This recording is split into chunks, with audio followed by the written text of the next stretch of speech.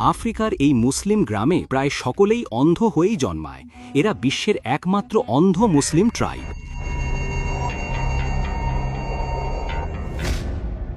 একজন অদ্ভুত মানুষ তাকে এই সংবাদ দিচ্ছিল যে তিনি সবচেয়ে পুণ্যবান এক শিশুকে জন্ম দিবেন, কিন্তু শিশুটি হবে অন্ধ এবং সেই সময় থেকে তার যত বংশধরেরা জন্মাবে সবাই হবে অন্ধ।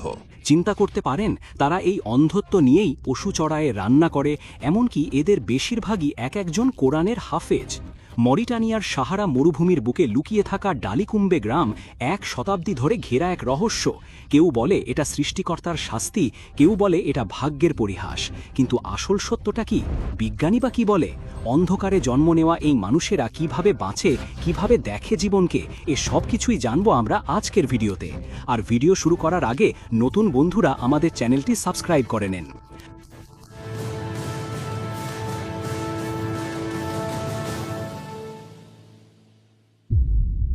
আফ্রিকার দেশ মরিটানিয়া।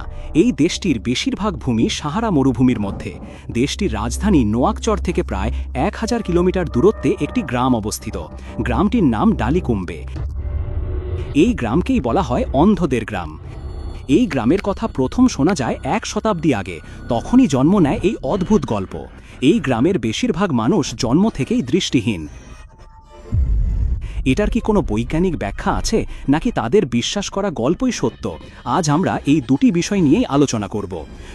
তালিকুমের বাসিন্দারা বিশ্বাস করে অন্ধত্ব তাদের পাপ নয়, বরং এটা এক ধরনের আত্মিক পরীক্ষার ফল। কিছু প্রবীণ বলেন বহু প্রজন্ম আগে তাদের এক নেতা ঈশ্বরের নির্দেশ উপেক্ষা করেছিলেন।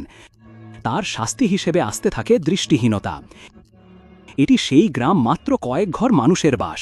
তাদের কিছু গবাদি পশুপালন ছাড়া তেমন কোনো পেশা নেই। সত্যি বলতে তারা অন্য গ্রামের মানুষদের সহায়তায় বাঁচে। তার নাম মোহাম্মদ মুখতার। ইনি হলেন এই গ্রামের নেতা। সেই সাথে তিনি 30 পারা কোরআনের হাফেজ। গ্রামের বাচ্চাদের কোরআন শেখান। এটা আসলে সৃষ্টিকর্তার ইচ্ছাতেই হয়েছে। এই ঘটনাটি আমাদের 7-8 জেনারেশনের আগে ঘটেছিল। গল্পটি শুরু হয় একজন মায়ের কাছ থেকে, যিনি গর্ভবতী ছিলেন। এক রাতে যখন তিনি ঘুমাচ্ছিলেন, হঠাৎ একজন মানুষ তার স্বপ্নে আসে। তিনি তাকে চিনতে পারেননি। লোকটি বলে, ভয় পেও না, তুমি শীঘ্রই সবচেয়ে পুণ্যবান একটি সন্তান জন্ম দিবে, কিন্তু তোমার সন্তানটি হবে অন্ধ। এবং সেই সময় থেকে তার সমস্ত বংশধরেরা অন্ধ হয়ে জন্মায়। এবং আমি আল্লাহকে ধন্যবাদ জানাই যে আমরাও তার অন্তর্ভুক্ত হতে পেরেছি। এমনকি আমার বাবাও অন্ধ ছিলেন। তার নাম ছিল শেখ মোহাম্মদ মাহমুদ। অবাক করা বিষয় কি জানেন? তারা শুধু পানির গন্ধ নিয়েই বলে দিতে পারে সেটি ময়লা পানি নাকি বিশুদ্ধ পানি। আশেপাশে কোনো পুকুর, ডোবা অথবা পানির ধারা থাকলেই বলে দিতে পারে এখানে পানি আছে। এই গ্রামে প্রতি 2 জনে 1 জন অন্ধ। অর্থাৎ একটি অন্ধ পরিবারে যদি 2টা সন্তান জন্ম নেয়, তার মধ্যে 1 জন অন্ধ হয়। স্বামী স্ত্রীদের মধ্যে যে কোনো একজন বা উভয়ই অন্ধ হলে তবেই এমনটি হয়। তাহলে এখন প্রশ্ন উঠে আসে, এটা কি কোনো জেনেটিক সমস্যা? তাদের বিশ্বাসকে পাশে রেখে একটু বৈজ্ঞানিকভাবে চিন্তা করুন তো, কেন এমনটা হয়? এই প্রশ্নের উত্তর লুকিয়ে আছে আমাদের শরীরের ভেতরের সবচেয়ে সূক্ষ্ম এবং জটিল জায়গায়, আমাদের জিনে। জন্মগত অন্ধত্বকে বলে কনজেনিটাল ব্লাইন্ডনেস। এর মানে হলো শিশুটির জন্ম থেকেই দেখতে পারে না, এবং এর প্রধান কারণ হলো জিনগত ত্রুটি বা জেনেটিক মিউটেশন। প্রতিটি মানুষের শরীরে লক্ষ লক্ষ কোষ আছে। সেই কোষে থাকে ডিএনএ, আর ডিএনএর মধ্যে থাকে গঠন, বৃদ্ধি আর কাজের নির্দেশনা দেওয়া হাজার হাজার জেন। এই জিনে যদি সামান্য পরিবর্তন বা বিকৃতি ঘটে, একে বলা হয় মিউটেশন। তখন শরীরের নির্দিষ্ট কিছু অংশ কাজ করা বন্ধও করে দিতে পারে। চোখের ক্ষেত্রে এমন ত্রুটি দেখা দিলে মানুষ জন্ম থেকেই অন্ধ হতে পারে। একটি খুব সাধারণ উদাহরণ হলো লেভার কনজেনিটাল অ্যামোরোসিস। এই রোগে রেটিনার আলোক সংবেদনশীল কোষগুলো কাজ করে না, ফলে শিশু চোখ খুলেও কিছু দেখে না। মা বাবা বুঝতে পারেন না কেন সন্তান কখনো চোখে চোখ রাখে না, আলোয় প্রতিক্রিয়া দেখায় না। আবার রেটিনাইটিস পিগমেন্টোসা নামে আরেকটি রোগ রয়েছে, যেখানে জন্মের কিছু সময় পর থেকে চোখের পেছনের অংশ রেটিনা ধীরে ধীরে নষ্ট হতে থাকে। প্রথমে রাতকানা হয়, তারপরে ধীরে ধীরে চারপাশ অন্ধকার হয়ে যায়। শেষমেশ আলোর রেখাটুকুও মুছে যায়। এছাড়া আছে অপটিক নার্ভ হাইপোপ্লাসিয়া। এই অবস্থায় মস্তিষ্ক থেকে চোখের সাথে যোগাযোগ করে স্নায়ুটি পুরোপুরি তৈরি হয় না, ফলে চোখ ঠিকঠাক থাকলেও ব্রেন পর্যন্ত কোনো ছবি পৌঁছায় না। চোখ যেন হয়ে পড়ে নিস্তব্ধ, দেখতে পায় না কারণ তথ্য পাঠাতে পারে না। আরও আছে কিছু বিরল জিনগত রোগ, অক্রোম্যাটোপসিয়া, যেখানে মানুষ কোনো রং চিনতে পারে না, শুধু সাদা কালো, বা নোরি ডিজিজ, যেখানে রেটিনা জন্ম থেকেই বিকৃত। এগুলো সবই হয় জিনের ভুল কোডিংয়ের কারণে। রক্তের সম্পর্কের বিয়ে করলেও এমন হতে পারে, কারণ বাবা মা যদি একই জিনগত ত্রুটি বহন করে তাহলে সন্তানের মধ্যে সেই ত্রুটি প্রকাশ পায় অনেক বেশি। বিশেষজ্ঞরা ধারণা করছেন দীর্ঘদিন আত্মীয়দের মধ্যেই বিয়ে হওয়ার কারণে জিনগত এক ত্রুটি প্রজন্ম থেকে প্রজন্মে ছড়িয়েছে, যেটা হয়ে দাঁড়িয়েছে জন্মগত অন্ধত্বের মূল কারণ। কিন্তু এখানে একটা বড় প্রশ্ন থেকে যায়, এত দীর্ঘ সময় ধরে কোনো চিকিৎসা নেই, তাদের কষ্টের জীবনে কোনো সাহায্য নেই, কিন্তু কেন? আমাদের গ্রামটি জনমানব বা আধুনিকতা থেকে শতভাগ বিচ্ছিন্ন। এমনকি এই একবিংশ শতাব্দীর টেকনোলজি ও আবিষ্কারের যুগে এসেও আমাদের এখানে কিছুই পরিবর্তন হয়নি। দৈনন্দিন জীবন সহজ করার জন্য আমাদের সাহায্য দরকার, যেমন পানি, মেডিকেল সাপোর্ট। আর আমার মতে বিশ্বের অন্য কোথাও একজন অন্ধ এতটা কষ্ট ভোগ করে না যেটা আমরা করি। যেভাবে বেঁচে আছি আল্লাহর ইচ্ছাতে অনেক সুখে আছি। আমরা সুখী যে আমাদের সে অর্থে কোনো দারিদ্রতা নেই, কিন্তু আমরা হলাম সরকার কর্তৃক অবহেলিত।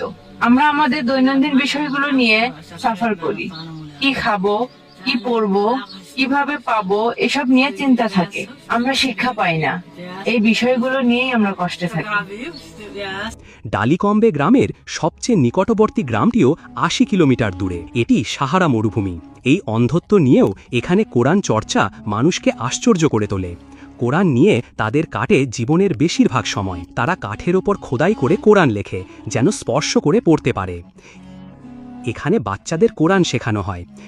তিনিও কিন্তু অন্ধ, অথচ তিনি রান্না করতে পারেন। তিনি শুধু তার অনুভূতির মাধ্যমেই আগুন জ্বালান এবং রান্নার উপকরণ পাতিলে দেন।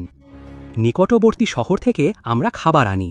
শহর থেকে প্রথমে আমাদের লোকাল একটি ছোট দোকানে আনা হয়, তারপর গ্রামবাসী সেই দোকান থেকে খাবার কিনে নেয়। তবে সত্যি বলতে আমরা আল্লাহর অনুগ্রহেতেই বেঁচে থাকি।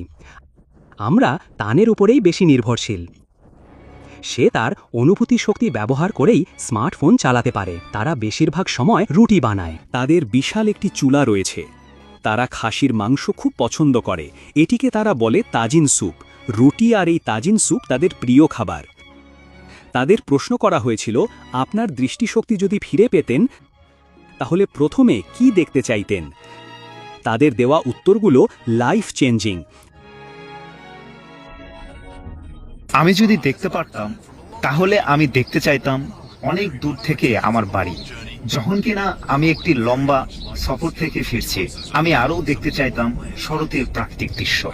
আমি কোরআনের অক্ষরগুলো দেখতে চাইতাম এবং সেগুলো লিখতে চাইতাম। আমিও তার মতো এই কোরআন দেখে পড়তে চাইতাম এবং বিভিন্ন বই পড়ে নতুন নতুন জিনিস শিখতাম। আমি যদি দেখতে পারি তাহলে আমি একটি কার গাড়ি চালাতে চাই। তারা বিশ্বাস করে এই অন্ধত্ব আল্লাহর পক্ষ থেকে তাদের জন্য একটি পরীক্ষা, এবং তারা আরও বিশ্বাস করে এই কারণে মহান সৃষ্টিকর্তা তাদের পরকানে জান্নাতে দিবেন। তারা বৈজ্ঞানিক ব্যাখ্যা বিশ্বাস করতে চায় না। আসলে কিছু ক্ষেত্রে বিশ্বাসের কাছে বিজ্ঞান হার মেনে যায়। আপনারা কমেন্টে জানাতে পারেন আপনাদের কাছে এটি কি মনে হয়, সৃষ্টিকর্তার পরীক্ষা নাকি শুধুমাত্র বিজ্ঞানের ব্যাখ্যা? আমাদের যাদের দৃষ্টিশক্তি আছে তাদের কত অভিযোগ জীবন নিয়ে, তাই না? অথচ যার যতটুকু আছে তাই নিয়েই সন্তুষ্ট থাকা উচিত। জানি না আজকের এই ভিডিওর মাধ্যমে জীবন সম্পর্কে আপনাদের কতটুকু ধারণা দিতে পেরেছে। তবে বিশ্বের নানা প্রান্তে ছড়িয়ে ছিটে থাকা শিক্ষামূলক তথ্যচিত্র, বিভিন্ন উপজাতিদের জীবনযাত্রা সম্পর্কে আপনাদের জানাতে চাই। আর সে